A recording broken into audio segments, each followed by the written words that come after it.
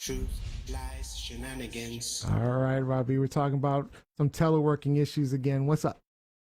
We're talking time theft. So, an accountant in British Columbia has been ordered to pay her former employee more than $2,600 for time theft. So, she had initially put in a claim saying that for $5,000 to cover unpaid wages and severance, arguing that she'd been fired without cause. But the employer later went back to their tracking software and were able to demonstrate a discrepancy of almost 50 hours between what she had reported and the work that was actually done. So, my question is, should employers be monitoring telework employees this carefully to ensure that time theft is not taking place? Because it's a double edged sword. So, I'm curious what your thoughts are. All right, I'll start things off. So, if your question is, should they be monitoring it? There's no question they should be monitoring it. There's no question. I mean, because that just comes down to good management.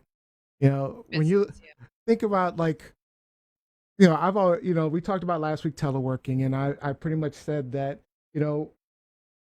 teleworking, people do try to get over on teleworking, but you got to keep in mind, though, when you're at work, right?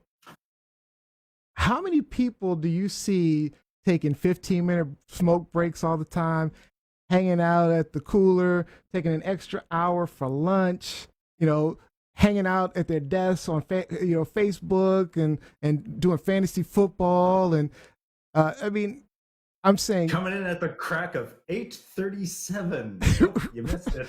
You missed it. Right. I get it that, hey,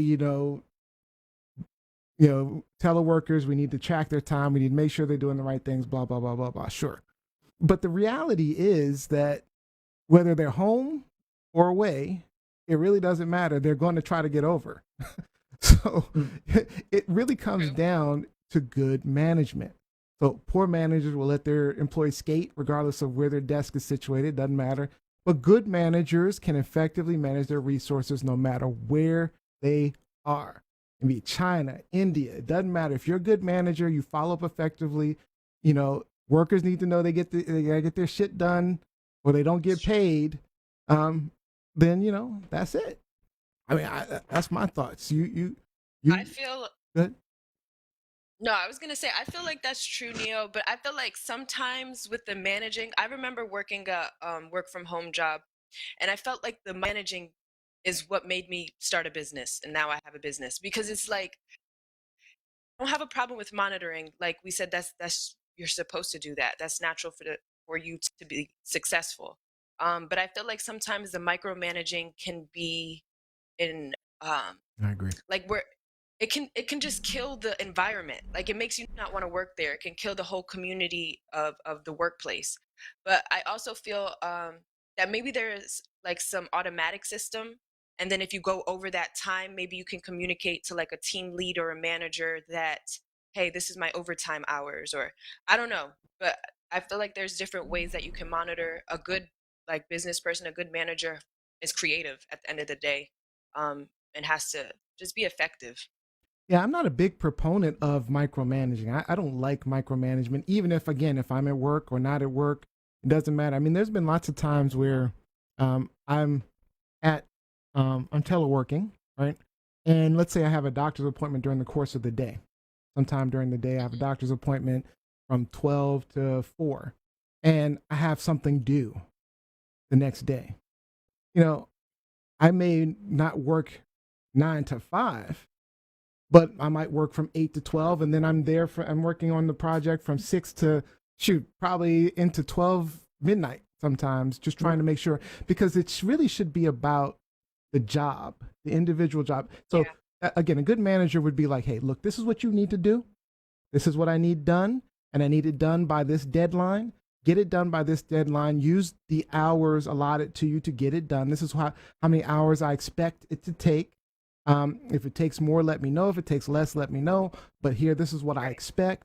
And then when that deadline hits, if it's done, then you've accomplished your job. It really doesn't even matter how many hours you worked. you know? Right. Right. And we all agreed to terms of employment. When we started our jobs, there are terms of employment. If Right. I'm supposed to work 37.5, 40, 42.5 hours a week, that is the number that I'm supposed to be working. And Right. like you were saying, if people are working on site, go for an extra smoke break, you take a walk around the building, Extra. just to I've stretch your seen people legs, or going literally every clear like it. half hour. Every hour. Oh yeah, and I mean there are chronics, and I mean those people need to be called out too, for sure, because it's like, That's true. I'm like, wait really a minute, again? because I choose a healthy lifestyle, I get to work an hour more every day while these people go out and, well, maybe they got something, maybe they're onto something, I don't know. That's what I was Right. thinking. I'm gonna have to figure. I'm just like, let me just get a fake cigarette and just start. Yeah. Oh, I gotta smoke. Gotta get the deep voice It's too. for- You gotta get the smoker's Right. voice. It's part of my cessation plan. I got to smoke these straws every hour. Don't forget the You gotta black draw lips. air You gotta, through you gotta this. paint your lips black too. Get him some dark lips. No. Oh, that's Don't pick up a awful. bad habit. Don't pick up a bad But that's habit. it. There are good tracking and monitoring tools out there, and you don't have to micromanage, because at the end of the day, if you're getting the necessary productivity out of an employee, then it really shouldn't be a case for discussion. If they are meeting Right. or exceeding the needs, then great. Where I see it Right. really becoming a key factor is if you have people who are underperforming while they're teleworking, because then at that point it's like, well, do you really have something going on at home? Is it that chaotic? Do you have that many disruptions? Should you be going back to the old model and coming back into the office? It should almost be like a performance based thing. But in this situation, I kind of find it interesting that the employer or the former employer was able to hit back and go, no, like, you're coming to us for damages. All right, here are the numbers. Here's a quantifiable. Here's 50. 50. It's a very, very Wow. Yeah, it was very- funny that the employee sued the Yeah, employer, they did. and then the employee was the one who had to pay. It was kind of Hey, funny. yeah. Yeah, you That guys sucks owe me for some her. money. No, we don't. And yeah, all right. Here you go. And she had to pay for the court fees, of course. She had to pay course. for the court fees. All It's right. interesting too, Rob, that you Good. said you mentioned the like low performing work from home people or teleworking people. I've noticed on TikTok they keep having this like toxic culture of where they're like making work from home like worthwhile in a way. So they'll have like 2, 3 work from home jobs and be working them at the same time, which I'm not knocking anybody's hustle. That's cool, whatever. But it's like you're not really, you might be having somebody on the phone You're and not just put them on focused. hold. Right. Or they'll go in Yeah. at the last minute, like 5 minutes before their thing starts. Like I said, I'm not knocking anybody's hustle, but it's like you're not working. Yeah, I But had to you're not recently let an but you're assistant not go for that fulfilling same the reason. terms of employment at that point. And that's an earlier comment that I made. There are terms of employment. So if you're working 2 jobs, then you better be working 70 hours a week at home. Because if you're just putting in your 40-hour week with 2 full-time jobs, then yeah, Too full. then you're abusing the system.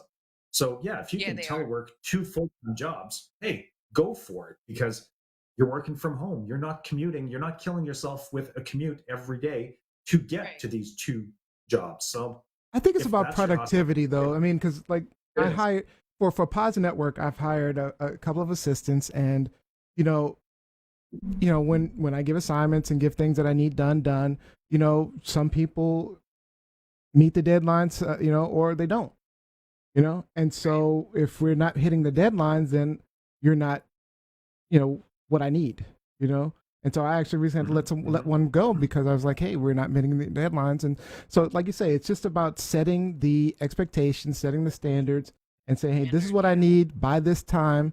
Can you do it? And that particular assistant that I'm talking about, had multiple gigs, as they call them, right? So multiple people Yes. that they were assisting. So they were trying to Right. do multiple things at once and then would fall behind and then wouldn't get things done. That's not what I need. So, they can go focus somewhere else. But that is fine, as long as I recognize that and then, move on from that. So, Right. Performance manage it. Change. Yep. Right. all right, there's some comments online here.